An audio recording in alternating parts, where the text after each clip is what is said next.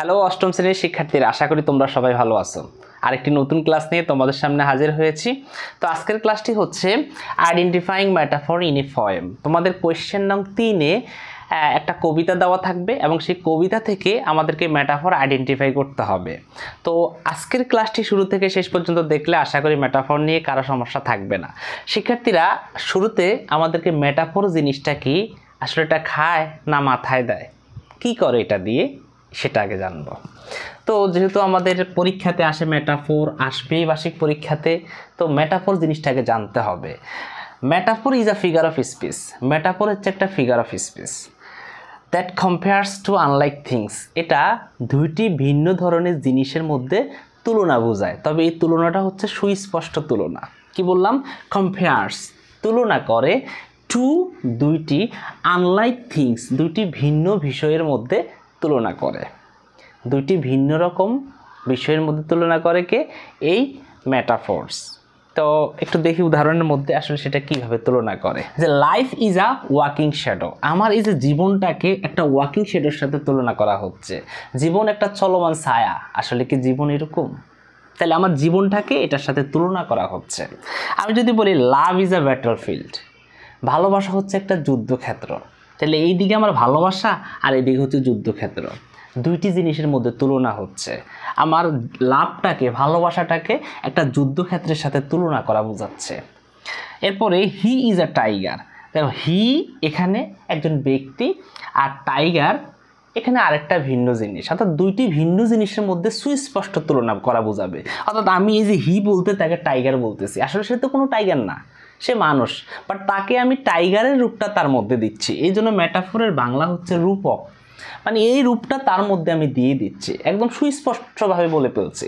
আমরা কাউকে দেখলে বলি তুই একটা বাঘের বাচ্চা, আসলে সে তো বাঘের বাচ্চা না, সে মানুষের বাচ্চা, বাট আমরা কথায় কথায় বলি তুই একটা বাঘের বাচ্চা।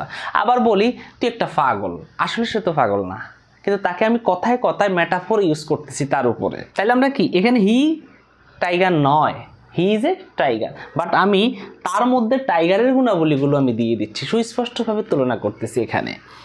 Asif is an elephant, Asif হাতি, আসলে কি আসিফ হাতি? আসিফ একজন ব্যক্তি, সে তো কখনো হাতি হতে পারে না, বাট আমি কি করতেছি, হাতির যত গুণাবলী তার উপরে দিচ্ছি, অর্থাৎ তাকে আমি হাতির সাথে তুলনা করতেছি। ঠিক আছে, তাহলে এটাই হচ্ছে মেটাফর। এখানে আসিফ আর এখানে এলিফ্যান্ট, দুইটা জিনিসের মধ্যে তুলনা হচ্ছে। এখানে হি, এখানে টাইগার, দুইটি জিনিসের মধ্যে তুলনা হচ্ছে। এখানে লাভ, এখানে ব্যাটলফিল্ড, দুটি জিনিসের মধ্যে তুলনা হচ্ছে। ঠিক একই সাথে এখানে লাইফ এবং এখানে ওয়াকিং শ্যাডো, এই দুইয়ের মধ্যে তুলনা হচ্ছে শিক্ষার্থীরা। তো আমাদের পরীক্ষাতে আসবে একটা কবিতা এবং ওই কবিতাটা সুন্দর করে দেওয়া থাকবে পরীক্ষাতে।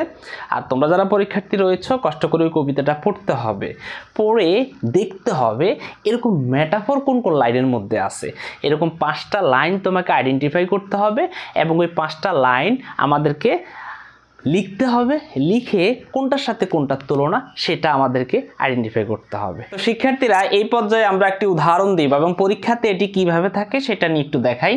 একটা কবিতা আছে ধরলাম, তো কবিতার যেখানে মেটাফর আছে সেটা আমাদেরকে আগে খুঁজে বের করতে হবে। তো আমরা বৈশিষ্ট্য দেখব যে মেটাফর আসলে কোনটার সাথে কোনটা তুলনা করা বোঝাচ্ছে, এরকম কোনো কিছু লাইনের মধ্যে আছে কিনা সেটা আমাকে খুঁজে বের করতে হবে।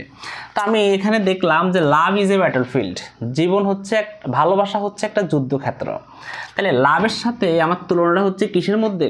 যুদ্ধক্ষেত্রের সাথে। ভালোবাসা এবং যুদ্ধক্ষেত্র এই দুই ক্ষেত্রে সব কিছুই জায়েজ আছে, তাই না? এবার আসি, ভালোবাসার সাথে আমার তুলনাটা হচ্ছে কিসের সাথে? ব্যাটলফিল্ডের সাথে। এবার আমি প্রথম ওই লাইনটাকে এখানে তুলতে হবে। পরীক্ষাতে প্রশ্নের মধ্যে এরকম একটা ছক দেওয়া থাকবে এবং সেখানে 5টি বক্স দেওয়া থাকবে, লাইন অফ পোয়েম, কবিতার যেই পোয়েমটার মধ্যে মেটাফর আছে ওই লাইনটা আমাদেরকে তুলতে হবে শুরুতে। হ্যাঁ, আমরা এই লাইনটা সুন্দর মতো লাভ ইজ আ ব্যাটলফিল্ড কথাটা লিখছি, এটা আমরা এখানে লিখব। লেখার পরে কম্পেয়ারিং পার্সন থিংস, কোনটার সাথে কোনটার তুলনা হচ্ছে, প্রথম কোন থিংস কোনটার সাথে হচ্ছে, প্রথম যেটার সাথে হবে সেটা এখানে লিখতে হবে। যে হ্যাঁ, ভালোবাসার সাথে হচ্ছে, ভালোবাসা আমি লিখলাম এখানে, এবং কিসের সাথে তুলনা হচ্ছে? ব্যাটলফিল্ডের সাথে। এবার আমি এখানে ব্যাটলফিল্ড কথাটা লিখছি, তার মানে তুলনা হচ্ছে ভালোবাসা এবং যুদ্ধক্ষেত্রের সাথে। এবার কারণটা কি, তুলনা হওয়ার কারণটা কি? তা আমি বললাম যে মেটাফর হচ্ছে সেটা যেখানে দুইটি ভিন্ন বিষয়ের মধ্যে তুলনা করা বোঝাবে। ভালোবাসা এবং যুদ্ধক্ষেত্রটা দুটো আলাদা জিনিস, এই দুইয়ের মধ্যে তুলনা করা বোঝাচ্ছে শিক্ষার্থীরা। তাহলে আমি এখানে ব্যাখ্যাটা কি করলাম, হেয়ার কম্পেয়ার্ড, এখানে তুলনা করা হয়েছে টু আনলাইক থিংস, দুটি ভিন্ন বিষয়ের, যেমন লাভ অ্যান্ড ব্যাটলফিল্ড, ভালোবাসা এবং যুদ্ধক্ষেত্র। শিক্ষার্থীরা আমরা এই যে রিজনটা আপনারা এইটুকু পর্যন্ত পারবেন, বাট এইখানে আসলে একটু বিপদে পড়তে পারেন যে রিজনটা স্যার আমরা কিভাবে লিখব।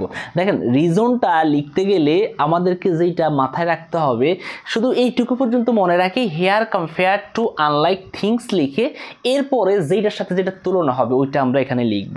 দেখেন বইয়ের মধ্যে অনেক কঠিন করে দিচ্ছে, এবং ইউটিউবে যারা যারা এখানে টিচিং দেয় তারা কিন্তু অনেক কঠিন করে এই জিনিসটা ক্লিয়ার করে আপনাদেরকে বোঝায় নাই, যারা আপনারা ক্লাস 8-এ পড়েন। তো এই জিনিসটা হচ্ছে কি, হেয়ার কম্পেয়ার্ড, এখানে আমরা জানি দুইটা জিনিসের মধ্যে তুলনা হবেই হবে, আর মেটাফর হলেই তো তুলনা হবে, তাই না? তো এখানে যেহেতু তুলনা হবেই, মাস্ট বি হবেই, তাহলে আমাদেরকে এই লাইনটা যদি মুখস্থ রাখতে পারি তাহলে পরীক্ষাতে আসলে সব ঠিক থাকবে, শুধু এই লাইনের মধ্যে, অর্থাৎ এই লাইনটা আপনার ঠিক থাকবে আর বাকিগুলো চেঞ্জ হবে, অসুবিধা নাই। যে আপনি শুধু লিখবেন here compare to unlike things. যদি আমি এখানে বলতাম যে টাইম ইজ মানি,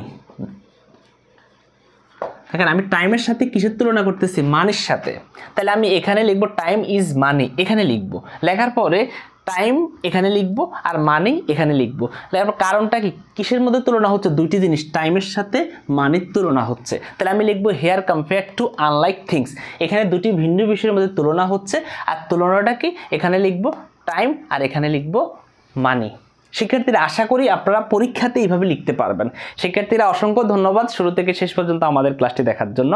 আর কোন বিষয়ে ক্লাস চাও এবং ইংলিশের যেই বিষয়ে তোমার দুর্বলতা রয়েছে অবশ্যই কমেন্ট করো, কমেন্ট করে তোমার মতামত জানাও, ইনশাল্লাহ তোমাদেরকে ক্লাস দিতে চেষ্টা করব। অবশ্যই চ্যানেলটি সাবস্ক্রাইব করবা এবং লাইক কমেন্ট শেয়ার করবা। ইনশাল্লাহ দেখা হচ্ছে পরবর্তী ক্লাসে। আল্লাহ হাফেজ, আসসালামু আলাইকুম।